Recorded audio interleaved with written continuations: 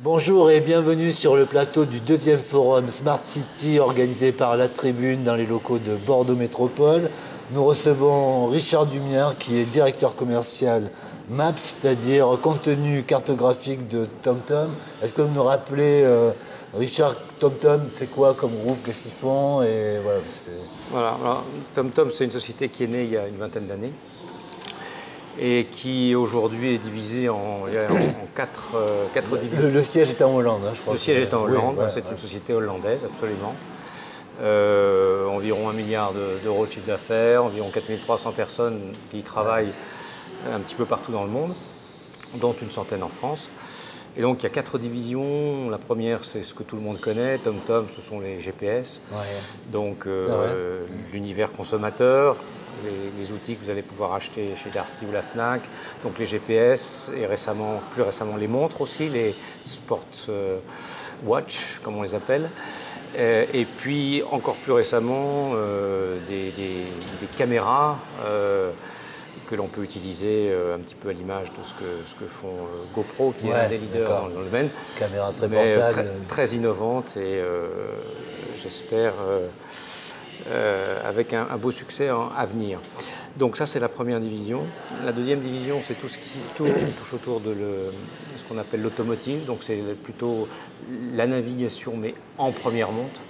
D'accord ?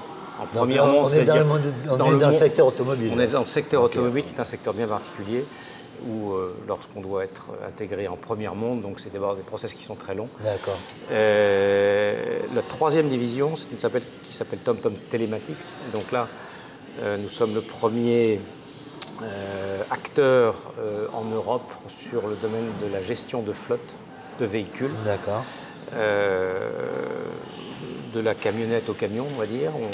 On traque à peu près 700 000 véhicules en Europe et au niveau mondial, on est, je pense, à peu près les troisième acteurs. Oui. Et la dernière division à laquelle j'appartiens, c'est la division qui est en charge de licencier à des tiers en fait l'ensemble des contenus que nous produisons. Donc d'une part évidemment la cartographie, puisqu'on est éditeur de cartographie, mais également, ce qui est un petit peu le sujet aujourd'hui au travers des Smart City, tout ce qui touche autour du trafic, la gestion du trafic et comment contribuer à fluidifier, à désengorger, etc.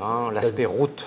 C'est-à-dire on peut avoir un conseil en voiture en temps réel sur ce qui se passe, bouchons. Oui, je crois. Aujourd'hui, ce sont des choses qui se font, je dirais, très bien de façon individuelle. Mais le challenge de demain, c'est de le faire le plus intelligemment possible en collaboration avec les organisations en charge de ces réseaux routiers, de façon à ce que les organisations en charge de ces réseaux puissent avoir aussi une action possible sur nos utilisateurs. C'est un petit peu le sens de l'ensemble. Est-ce que vous pouvez être un tout petit peu plus concret sur cette espèce de dialectique d'aller-retour entre les deux utilisateurs? En fait, jusqu'à présent, vous avez donc nous, on reçoit un certain nombre d'informations en temps réel que l'on digère et puis que l'on va resservir à l'utilisateur avec le meilleur itinéraire possible. D'accord ? Mais ça se fait principalement autour de nos utilisateurs qui nous remontent de l'information. Ce sur quoi on est en train de travailler, qui est déjà abouti, puisqu'on a sorti le concept qui s'appelle TomTom City, en fait. Ce sont des tableaux de bord, en fait, que l'on veut mettre en place, que l'on a mis en place pour aujourd'hui un certain nombre de villes et beaucoup plus dans l'avenir, en fait, qui donne un état, c'est un accès même gratuit, que la ville peut avoir et qui donne un état de la situation de la circulation en temps réel, avec tous les points de congestion, mais qui donne aussi un état de la circulation de façon historique, en mettant en évidence, par exemple, l'ensemble des points chauds observés sur une période. Et donc, ça donne en fait une vue globale. Là, c'est côté anticipation. Avant de partir, on peut regarder, on aura ça donne une vue globale. Et si la ville ou les gestionnaires de réseau veulent creuser ces problèmes, effectivement, derrière, on a des databases qui sont énormes, auxquelles on peut accéder par des requêtes et on peut essayer de comprendre pourquoi, par exemple, ce bouchon-là est récurrent, d'accord, et comment il se forme, pourquoi et qu'est-ce qu'on pourrait faire pour l'éviter. Là, on est en plein dans Smart City, dans la ville. Voilà, c'était là, c'est vraiment le rapport avec les autorités, avec, comme vous disiez. Exactement. Parce qu'en général, c'est quoi ces autorités? C'est des autorités métropolitaines, des autorités d'État Si vous voulez, dans le cadre effectivement de notre approche TomTom City, c'est vrai que notre cible, c'est principalement les unités urbaines, les agglomérations, etc. Ouais. Mais c'est vrai qu'on a aujourd'hui, on a beaucoup de clients de tout type d'autorités qui gèrent des réseaux. Ça peut être des conseils généraux, ça peut être... Aujourd'hui, le réseau de voies la responsabilité du réseau de voies est splittée en France entre diverses entités administratives. Et donc, on donne accès à ces gens-là pour mieux analyser en fait ce qui se passe sur le réseau, soit en temps réel, soit sur une base historique.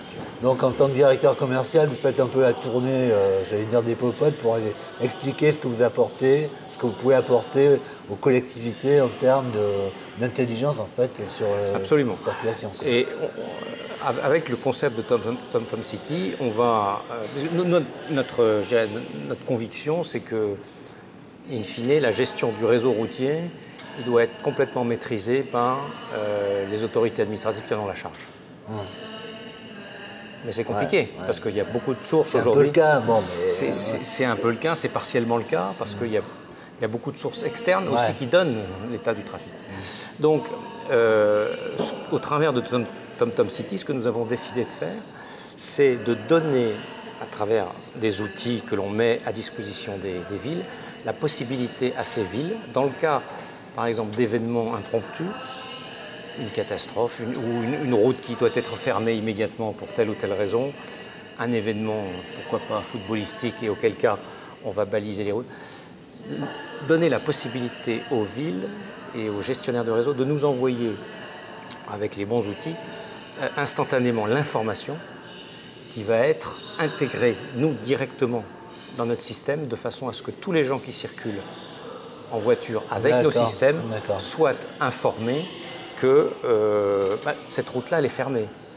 Ou cette, on tombe sur l'information en temps réel. Voilà, ça ne sert à rien d'être conduit dans cette direction si on sait que c'est fermé. Mais si nous, on n'a pas l'information, par contre, c'est une information qui est très importante.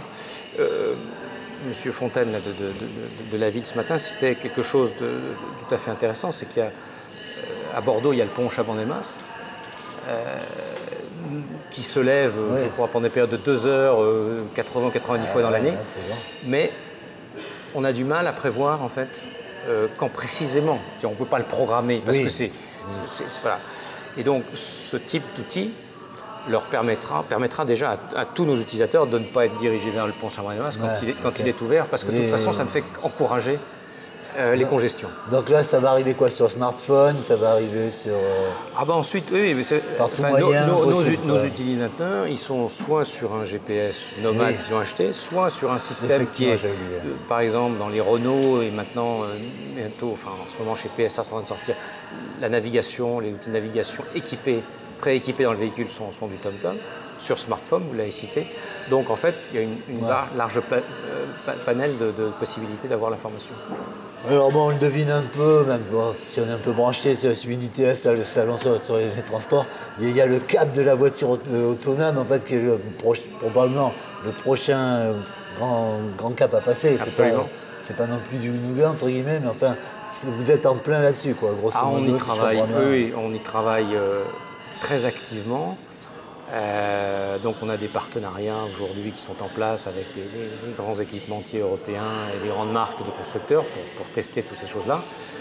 En fait, pour nous, ça veut dire quoi concrètement? En fait, ça veut dire principalement 2 choses. Premièrement, reconstituer complètement notre cartographie avec des caractéristiques de précision et d'exhaustivité d'information, non seulement en 2D mais en 3D. Ah oui, là vous refaites la route au sens propre du terme. On la refait, parce qu'aujourd'hui, ce que l'on a est parfait pour la navigation telle qu'on la conçoit aujourd'hui, mais pour demain, elle doit être complètement reconstituée. Il faut que la machine comprenne tout. Voilà. Et donc on a par exemple, on a déjà reconstitué, on a déjà parcouru par exemple tous les réseaux autoroutiers en Allemagne. On est en train d'attaquer la France, on a attaqué déjà partiellement la Californie, etc. Donc on est dedans. On sera prêt pour avoir le bon référentiel et les bonnes cartes en temps utile. Mais il y a un deuxième aspect qui est assez fondamental et auquel on ne pense pas, c'est que le réseau de voirie, si vous prenez la France, là, avec son 1 200 000 ou 300 000 km, globalement, on évalue que tous les ans, le volume d'information change de 10 à 15 %. D'accord ? Ah ouais. Ça peut être un sens de rue qui change, ça peut être ça peut être un rond-point, donc il y a énormément de choses qui changent. Donc, ce sur quoi nous avons travaillé, que nous avons lancé déjà il y a quelques mois, c'est la refonte complète de notre chaîne de traitement cartographique qui fait que l'on va pouvoir, à une échéance 12 à 18 mois, être capable de livrer de la mise à jour de cartes, en fait, quasiment sous 48 heures. D'accord. Aujourd'hui, le cycle, c'est tous les 3 mois, en fait. Ah oui, ok. Ça fait un saut énorme. Ouais. Et ça, c'est le standard du marché aujourd'hui, c'est tous les 3 mois. D'accord. Donc on a refondu complètement notre chaîne de façon à ce que, à chaque fois que des informations nous arrivent, mais ça nous arrive, je dirais, en temps réel, en permanence, de multiples sources, d'être capable de la traiter, de la valider, de la contrôler, parce qu'il y a beaucoup de contrôle de logique à faire aussi. On peut pas... Et de pouvoir la resservir à nos utilisateurs, clients, intégrateurs, etc., de façon extrêmement régulière. Donc ça, c'est une vraie révolution. Parce que oui, là, c'est un peu votre cap vers le futur, quoi. Vous êtes là-dessus. Voilà, cap vers le futur, mais qui est quand même présent, puisque maintenant la plateforme a fait le développement, okay. Donc on est déjà capable de l'exécuter. Donc, bon, mais aussi, il va falloir que le marché s'adapte à ça, parce qu'aujourd'hui, voilà. Mais on y est. Richard Dumière, merci beaucoup d'être venu sur notre plateau. J'espère qu'on aura l'occasion de se revoir. Avec plaisir. On reparlera de TomTom, ça c'est sûr. Bien sûr. Bonne journée à vous en tout cas et merci encore. Merci à vous.